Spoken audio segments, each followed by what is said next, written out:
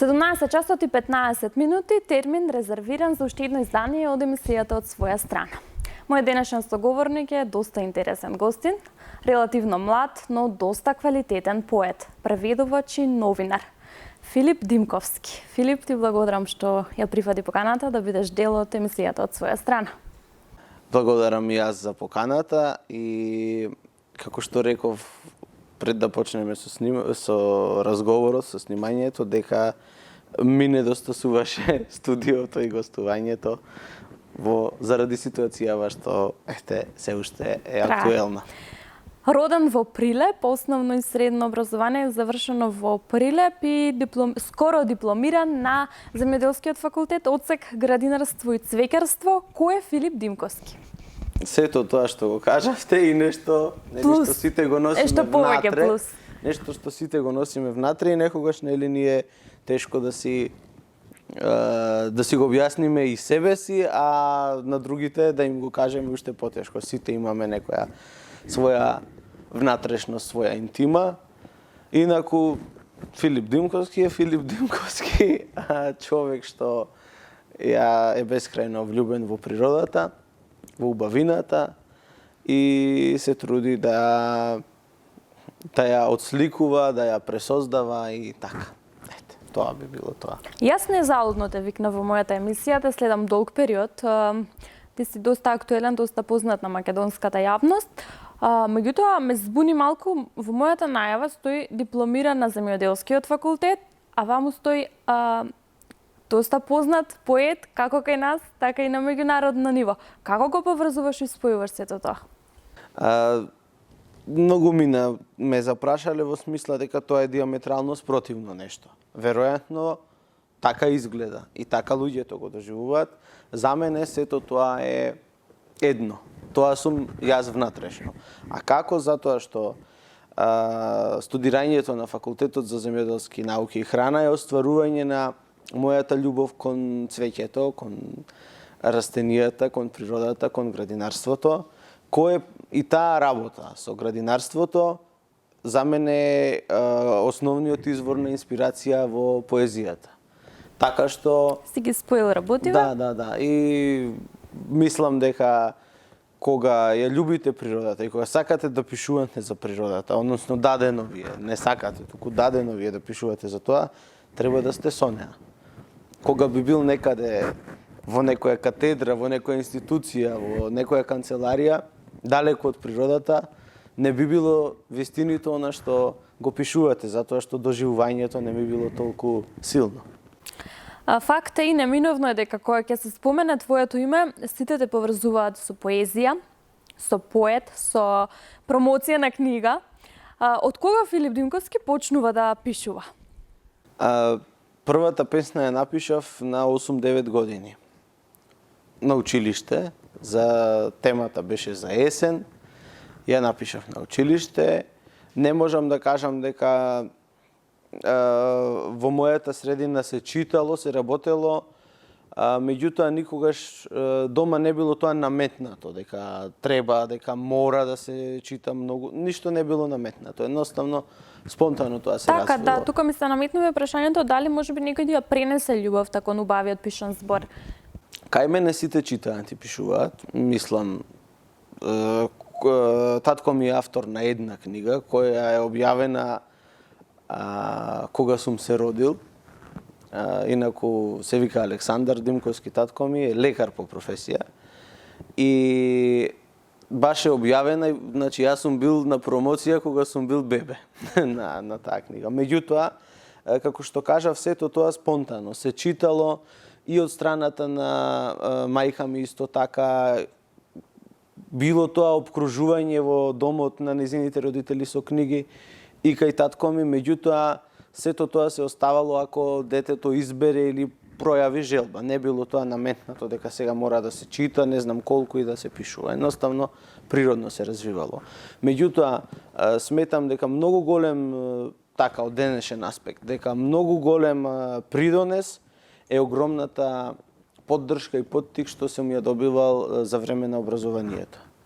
И од наставниците, и од соучениците, и мотивот дека тоа е убаво, тоа е добро и треба да продолжиш и така.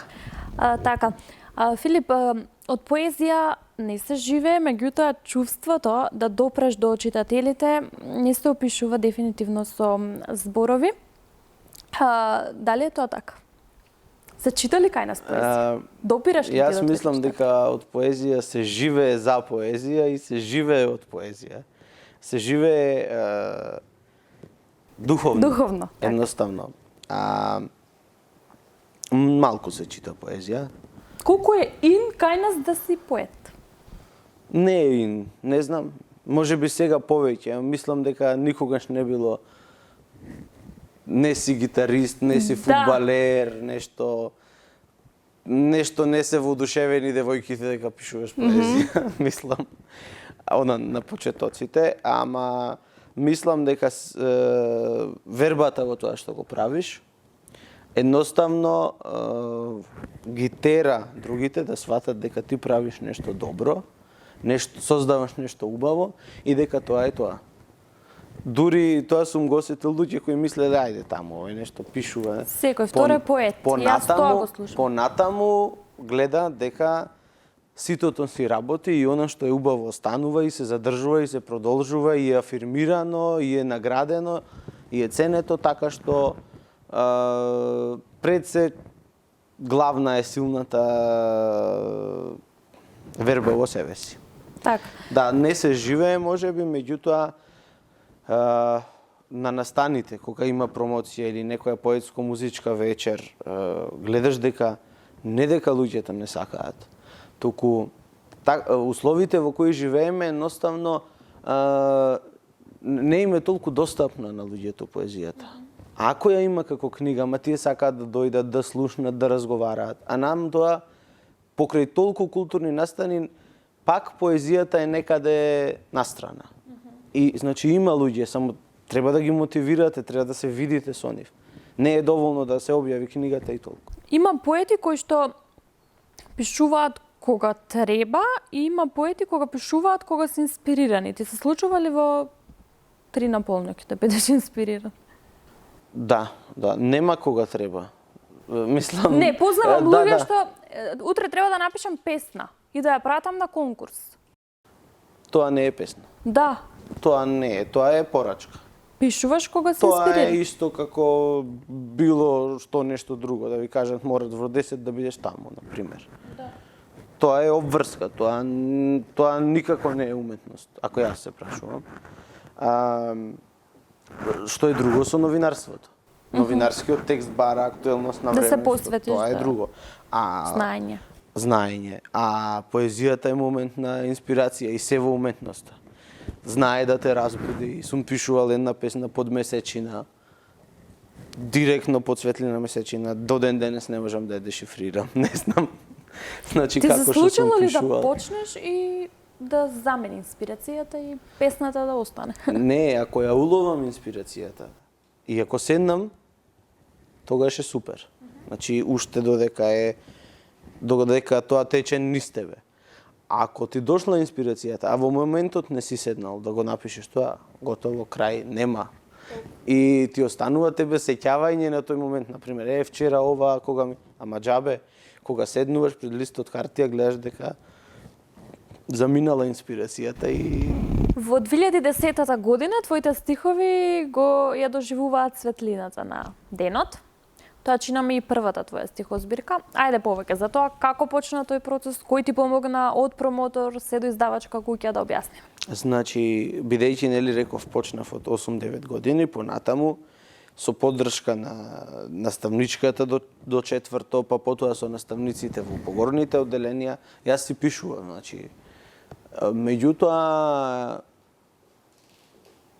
просто без никаква амбиција дека тогаш не беше толку актуелно да се објавуваат книги на помала возраст. Сега веќе има, значи. Меѓутоа просто спонтано еднаш дојде дури не можам да се сетам никоја наставничка, дојде рече еве ти Филип, ти пишуваш, има конкурс за објавување книга. И од тој конкурс дојде моментот, чекај да видиме дали има доволно, дали се добри. песните, расказите, и ги проверија и наставниците и испративме на тој конкурс 50 куси раскази и песни и без никакви посебни очекувања. Тогаш издавачот Дата Песно Поет Битола правеше конкурси како што ги прави до ден денес и да речеме од 50, 60, 70 што ќе стигнат од цела Македонија избираше 10, 15 книги за да бидат објавени. Да. Так. Една од нив беше и мојата книга Најхранливи зборови од детска душа дарови. Па да ви кажам, тоа беше денот кога ми јавија дека се стигнат по карго, дома бев сам. Отидов со такси од каргото, ги зедов и значи сите 200 и не знам 50 примероци, еден по еден ги изнаредив низ цела соба. Значи не да стојат во кутија, туку сите така, мислам бескрајна радост, да. Така почна. Во 2010-та со многу поддршка на семејството, на пријателите, на другарите, на наставничките, на наставниците, така што јас сум секогаш кажувам дека сум многу благодарен бидејќи имаше луѓе и има што го препознаваат импулсот во мене и што постојано се тука за поддршка, ама и во не само пофалба, туку поддршка и критика. Така. Во 2018 година во градината има само љубов. Дефинитивно си ја спојуваш со факултетот и со професијата. Ја доживеа својата промоција во 2018 година. Кој е мотивот во градината има само љубов? Всушност, кој е мотивот кој што тебе секогаш те движи во твојата поезија, единствениот мотив? Дефинитивно природата. Сега тоа е многу општо, кога ќе кажеш природата. Ама токму е тоа интересното. Сватив дека уште 200 години човек да пишува за природата и да ги разгледува сите нејзини нијанси и нема промени, да ги долови. Не може да заврши никогаш, затоа што тоа е совршенството. Јас сакам да слушнам нешто за природата од тебе и од градината има само љубов. Ќе ни Може, прочиташ нешто? со задоволство. Ајде. Скоро сега липиве прецветуваат, ама еве една песна посветена на мирисот на липата. Цветовите за мирисот липов ги прашав. Ми рекоа да цветаме и да мирисаме е дарбата наша. Листовите за мирисот липов ги прашав. Рекоа да блескаме и да засенчуваме е дарбата наша. Гранките за мирисот липов ги прашав. Рекоа да ги крепиме лисието и цветовите е дарбата наша. Стеблото рече јас да ја носам крошната сум створено. За мирисот на цветот липов, прашај го коренот. Коренот рече, за родишот на мирисот спие во семето, а ќе се јави тоа кога на од дрвото врвовите ќе прекапат цветовите. И уште, рече коренот, по патеката на мирисот не трагај. Додека липите цветаат, мирисај, мирисај. Секоја чест, Филип. Благодарам. Во твојата поезија дефинитивно се крие пораката дека човекот треба дефинитивно да се доближи веќе еднаш до природата и таа врска да ја одржуваме. Нешто што природата не создава, ние ја забораваме и не се посветуваме. И ние низ векови сме успеале, ама толку да се оддалечиме од неа, да отидеме, да не речам да забегаме. Мислам. Да забегаме и да ни врати можеби на некој начин. Денес имаме пандемија на COVID-19. Многу настани културни манифестации обележија се промоции на книги, се одложија. Како се одвиваат во овој временски период сите оние случувања на полето на културата? Еве ти како еден активен член и како... Да, и вие како новинари, како водители знаете дека се случува тој недостаток на културни настани, на случувања. Некои весници, веќе рубриките за култура се скудни затоа што нема настани. Нема настани, така е. Меѓутоа, јас сметам дека културата е секогаш многу повеќе од само настани. Значи, и создавањето, тука се и рецензиите и она што веќе е создадено, така што секогаш се е култура и начинот на кој говориме и гестикулацијата, културата е многу широк поим. Настаните, мислев дека кога се прогласи вонредна состојба, дека ништо, едноставно замираат тие активности и ги нема, меѓутоа мислам дека многу голем број на уметници вистина најдоа многу интересни начини да им го разубават животот на луѓето, да не се чувствуваат луѓето скратени од убавите нешта. Колку онлайн концерти имаше. Например, за време на пандемијата, за вонредната состојба, ужива во настапите во живо на Калиопи. Прекрасно нешто. Така што видовме еден друг аспект на уметниците. Поетите исто така, во целиот свет се активираа со тоа што дојдовме до програмата, до апликацијата Zoom и мислам дека искористивме на многу убав начин. Хрватското книжевно друштво направи поетско-музички прозорец кон светот. Тоа беше моето следно прашање. Така ти учествуваше таму? Со што се представи? Прво е извонредна замислата нивна. Значи, таму представувам моја поезија и од Во градината има само љубов и од новите песни што подоцна ги напишав во овие 2-3 години. И значи поезија за возрастни со 80 поети од светот, секоја сабота се дружевме, различни, од различни држави и тоа богатство толку различни јазици да се слушнат. Контакти да се создадат, пријателства, едноставно е извонредно. Сето тоа беше медиумски многу добро поддржано. Дури Хрватската радиотелевизија имаше прилози и представување на нашите поетски вечери. Се прикажува и на YouTube канал, така што и тие што не се поети, а што уживаат во поезијата, што ја сакаат, имаа можност да не слушнат. Да ве слушнат и да уживаат. Филип, ги броиш ли наградите? Не. Има многу. А се бројат ли? Ја би рекла не. Не. Следејките не. Не знам, некогаш си мислам дека објавите наградите треба некој да вистината да ми помогне во смисла многу ми е криво што многу ми се несредени материјалите, да ви кажам. Ваму си бил, таму си бил, донеси, остави. Треба некој да седне да ми помогне да ги подредиме, ама тоа не е... Имаш ли некоја посебно драга награда, што се издвојува од сите тие мал милион? Сега, добро клише, сите ми се драги, ама е вистина. Е вистина. Посебно веќе истакнам таа што најемотивно ми... Така мислам дека е најдобро затоа што инаку секоја награда има една и своја вредност, кога и благодарност чувствувам за тоа што некој оценил, видел и сметал дека треба токму мене да ме награди. Меѓутоа, лани, на 3 ноември е ден на ослободувањето на градот Прилеп. Советот на Прилеп ми ја додели наградата 3 ноември за придонес во образованието и јазикот. На 25 години. Лани 24. Благодарам. Ете, таа награда многу емотивно ми значеше. И ми значи. Искрено, доаѓа од мојот град, градот во кој сум се родил, во кој живеев долго време, со мала пауза, додека студирав. И сега сум пак таму пишувам, пак таму ја создавам мојата градина и духовна. Тоа е уште една потврда, јас би рекла, колку ти си направил и колку си постигнал.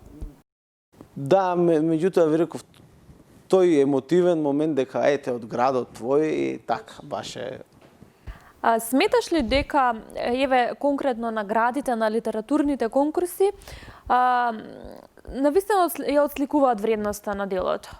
Многу убаво прашање, многу. Имаме склоност сите, веројатно, и алчност, да претеруваме. За мене претерување и омаловажување на уметноста, нон-стоп да се доделува, нон-стоп да се води таа борба, награди, да добиеме награда по секоја цена. И веќе да не е битно што пишува и кој пишува, туку да е битно колку награди добил. Значи тоа претера. И тоа не е само кај нас проблем. Една желба да се толку да се биде, да се популаризира, да се како да се води надпревар. Бираш ли каде ќе пратиш песна? Да. Да. Не значи дека секогаш и претходно, не значи дека изборот е секогаш, дека секогаш добар избор сум направил. Сите правиме. Грешка би било кога знаеме, а намерно го правиме. Не е грешка, туку незнаење, неискуство. Некогаш ве понесува емоцијата, некогаш и таа желба, ај сега да видиме што.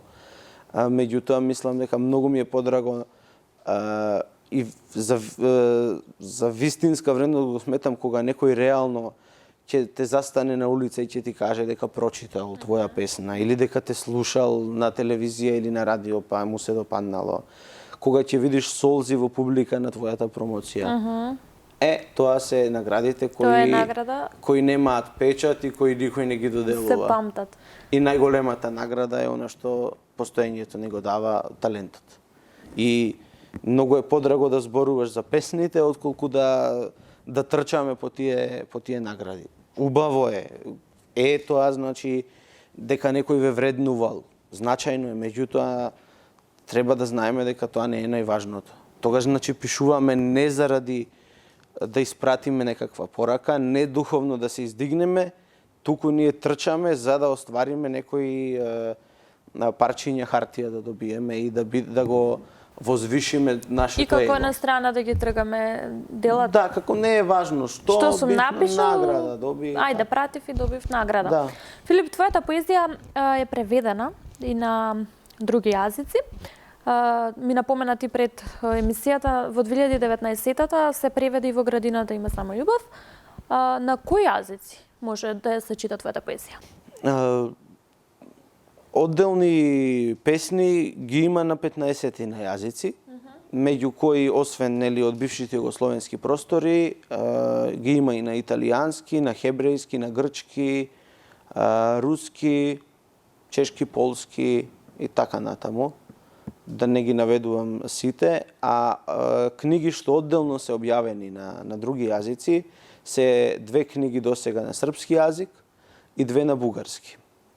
Божилак на исконот, книгата што ја објави во 2014-та, си е посебно објавена во Бугарија и во Србија, а во Градината има само љубов, во 2019-та излезе на бугарски јазик, а заедно да растеме, книгата за деца, излезе на српски јазик. Тоа се значи после ни објави во 2019-та.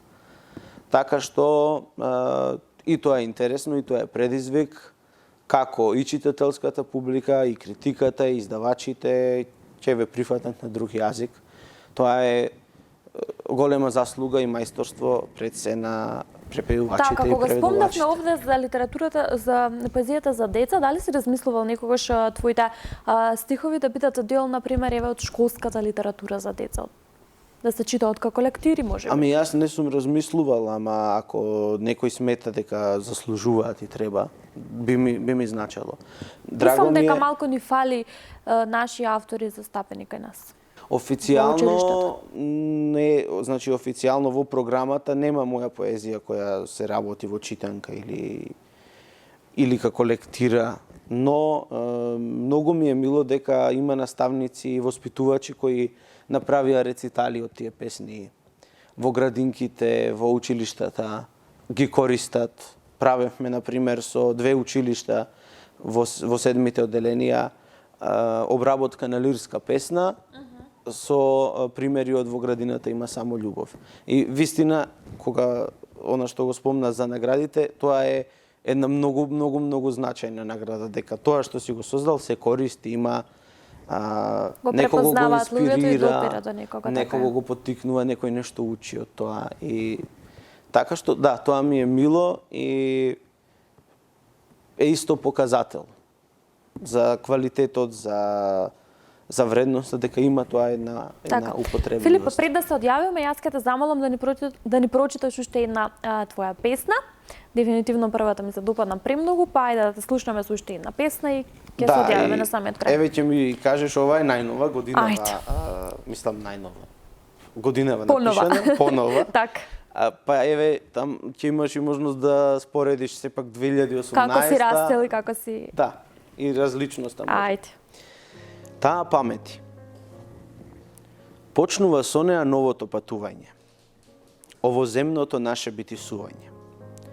Не крштеваат во металното коритце попрскани со капките нејзини и со гранчињата босилек. Со неа ни баат од уроци. Ни ја матат со шеќер од уплави, болните заздравуваат, слепите прогледуваат, од чешмите со вода лековита. Ја гасне жетта од уморот. Блажината ја пресекува, солта ја разблажува. Во неа го гледаш својот одраз. Таа лицето го мие, ама не и валканиот образ. Плиска во заливите, трепери и звони, ги дроби карпите, тивка вода, брег рони. Грга од врутоците, пее од потоците, слегува во реките, мирува во океаните. Доаѓа од небото, а извира од земјата. Знае да шушти и насон да доаѓа. Сонот да го краде. Да одзема живот и во вртлози и во поплави. И помигот неодминлив, додека догорува темјанот, со киска босилок не попрскуваат и не испраќаат. Ние си одиме, останува таа. Нас не нема, а таа памети.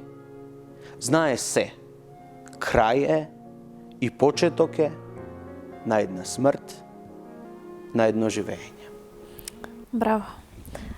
Толку силно и толку зрело, секоја чест.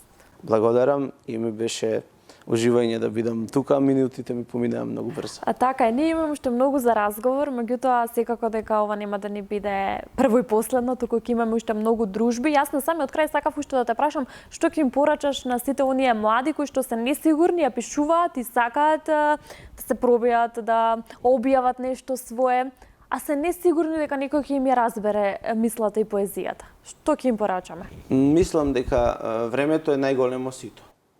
И дека секој што носи некој порив, заслужува и има потполно право да се обиде тоа да го представи пред публиката и да го прикаже. Секој има право и никому не треба да му се одземе тоа и да бидат слободни кога сакаат да прашаат некого, не мора конкретно мене, било кој што им е близок, родител, наставник, некој другар, некој што мислат дека е доволно искрен да им каже мислење, да бидат груп зборе упорни, туку едноставно слободни да го направат тоа и животот и времето на крајот на криштата се многу праведни. Знаете колку луѓе пробале, се обиделе, се преиспитале себе си и ќе видат дали има мотив, поттик, инспирација да се продолжи или не. Меѓутоа, секој има право и секому му посакувам да си дојде до таа можност и да го прикаже тоа што го пишува, тоа што го создава, да бидат слободни и секако да знаат дека ништо не доаѓа од небо. Така и преку ноќ. И преку ноќ и дека талентот секако е многу важен, најважен. Јас велам талентот секогаш ќе исплива на површина и квалитетот секогаш ќе биде на прво место. Но да се знае дека не е тоа лесно и дека мислам дека треба да се работи и да се така да се надоградува од ден во ден, да се чита, да се слуша, да се едноставно да се биде отворен и на крајот од денот наше е тоа за кое што сами ќе се избориме, јас така велам. Па така е. И нормално со волјата на постоењето, ако љубовта ни е искрена кон тоа што го правиме, сигурно дека и среќата и успехот ќе ни дојдат. Филип, ти благодарам уште еднаш за одвоеното време. Јас прекрасно си помина во овој наш разговор. Ти честитам за се што правиш, ти честитам за секоја награда, еве да ја кажеме, дали ваква или онаква, за секоја објавена книга и за секоја мисла. Продолжи да го правиш ова, дефинитивно си на вистинскиот пат, продолжи да ја представуваш нашата земја во другите држави. и ти посакувам уште многу успеси, да се видиме и да се дружиме после оваа пандемија со COVID-19. Се надевам Се ќе дека ќе биде помине утре. и се ќе не треба да не менува кон подобро, внатрешно, индивидуално. Ми беше многу убаво и ви посакувам уште многу успешни емисии. Ти благодарам. Почитувани, тоа беше уште едно издание од емисијата од своја страна. Овој пат вниманието се обидовме да ви го задржиме со младиот и доста квалитетен поет, преведувач и новинар Филип Димковски. Ние се гледаме веќе наредната среда во истиот термин. До тогаш бидете поздравени.